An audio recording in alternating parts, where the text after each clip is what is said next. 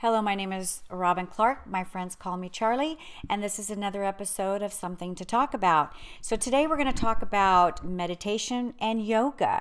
And those of you that are meditation masters and yogis, you might not like what I have to say, but I'm going to say it anyways. And let's start out with meditation. So we've been told that to meditate, you need to find a room that's quiet, sit in a lotus position, put your fingertips together like this, close your eyes, put a smile on your face, and try to clear your mind. So, how many of you out there have failed miserably at this?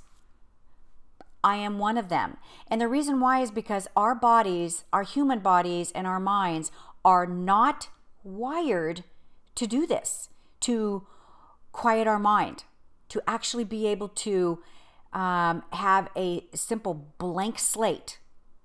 Now, those of you that can do this, you have to admit that you are a very, very rare group of people. Because for the most of us, we sit down and the first thing that happens is as we start thinking, what am I going to have for dinner? I need to go to the grocery store. I got to pick up the kids from soccer. Oh my God, I forgot to put that report in at work. I think I'm going to start my period. Oh, my hips are killing me in this position and my ankle bones. And the thoughts go on and on and on. So it's very, very difficult. And why is it difficult? Is because we are a raging machine of hormones. And we've got testosterone and progesterone and estrogen and cortisol and adrenaline and dopamine and serotonin. I mean, the list goes on. And with every thought, one or two or more of these hormones are circulating through our system, which in turn creates activity in our brain.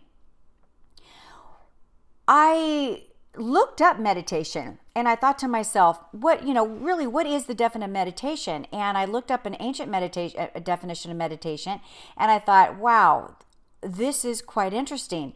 And what it says is meditation is a practice where an individual uses a technique such as mindfulness or focusing the mind on a particular object, thought, or activity to train attention and awareness and achieve a mentally clear and emotional state, calm and stable state. So that is not telling me that we need to sit in a lotus position and clear our mind. It's actually saying that you need to focus on a thought, an object, or an activity. So you can simply focus on a thought. So what might be a thought? Maybe the sunset, the sunrise, or dancing with your significant other under the moonlight, or maybe focusing on an object, your child's beautiful face, a rose, a moving body of water, or an activity. And this is where it clicked in my mind. And that is, years ago, I was married to my children's father for about 26 years. God bless him. He had to have the television on as loud as he could. At the same time, the radio was playing as loud as it could, a little brandy in his hand, and as many people around him as possible. He's a little social butterfly, and I'm not. So when it got too noisy, I'd go out into the garden and I'd just weed and sit there in the dirt and play with the flowers. And one day I realized I'm actually not thinking about anything. My mind is completely quiet. I asked a couple of my friends about this. I said, what do you do that quiets your mind? And I've heard all kinds of things. When I am beading, I don't think about anything. When I'm oil painting, which is true for me too, my mind is quiet. When I'm playing the guitar, my mind's quiet. Or golfing, or kayaking, or walking on the beach, climbing a mountain. My son says to quiet his mind, he goes shooting. He goes and shoots targets. So it made me realize that the only real way for us to quiet our minds in this day and age is to participate in your passion. If you need to meditate an hour a day, I'm simply saying, do what your passion is for an hour a day. That's your meditation, because you are closing out the outside world and all of that drama and creating that peace inside and the peace in your brain to allow everything to calm down on the inside. And once we get used to that feeling, it makes it easier and easier for us to leave the outside world and participate in a passion. So it doesn't mean you have to sit in a lotus position with your fingers like this and your eyes closed and a smile on your face and trying to clear your mind. It's impossible. Literally, it's impossible. Maybe if you were raised in a cave or in a monastery, then it might come easier for you. But for me, I was raised with 7 kids, so it was noisy all the time. Find your passion. That's meditating. As simple as that. Now, yoga, that's a whole different ball game. It has become so commercialized and so ridiculous and so expensive, and actually embarrassing and humiliating, actually. So you have to have the right yoga pants and the right yoga top and the right yoga mat, and they all have to match. Then you have to have the right strap and block and the right water bottle with the right green juice. And then you have to figure out what class you could actually go to and actually perform in. So you've got Hatha yoga and Tantric yoga and Kundalini yoga and Bhakti yoga and chair yoga and restorative yoga and hot yoga. Oh my God, it goes on and on. It seems like every day there's a new yoga class.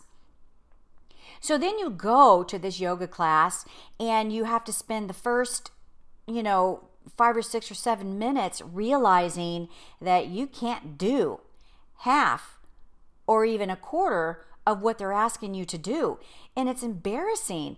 And it's actually not even good for your body. If your body is not capable of doing these positions, you can actually injure yourself. And what is yoga? It's a preventative medicine or modality to prevent injuries, to allow you to be more mobile and fluid on your feet so that you don't fall and break your hip or knees or shoulders or whatever, wrists. And so what is the definition of yoga? So let's look up at the definition of yoga. And that definition is that it's a discipline which includes breath control, simple meditation, and the adoption of specific body postures to provide health and relaxation to the body. Now, yoga is a Sanskrit word, and it comes from it means to join or unite. And it was to unite the mind, the body, and the soul. Now, yoga has been around for over 10,000 years. That we finally have realized that with archaeology. So it's actually the first trinity, the mind, to unite the mind, the body, and the soul. And I kind of found that interesting. So that's all you're doing, is you're performing simple exercises. You're supposed to perform just simple exercises that creates a fluidity to your joints, elongates your tendons and your muscles so that they don't snap or tear, and creates the energy flow within your system.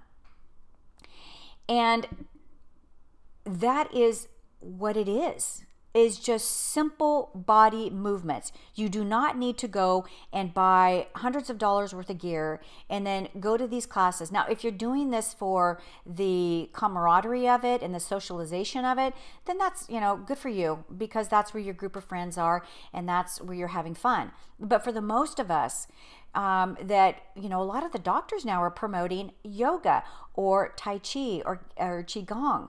And those modalities to Tai Chi and Qigong is actually very slow, methodical, and fluid-like positions that does not require you even getting on the floor and getting into a pretzel position at all.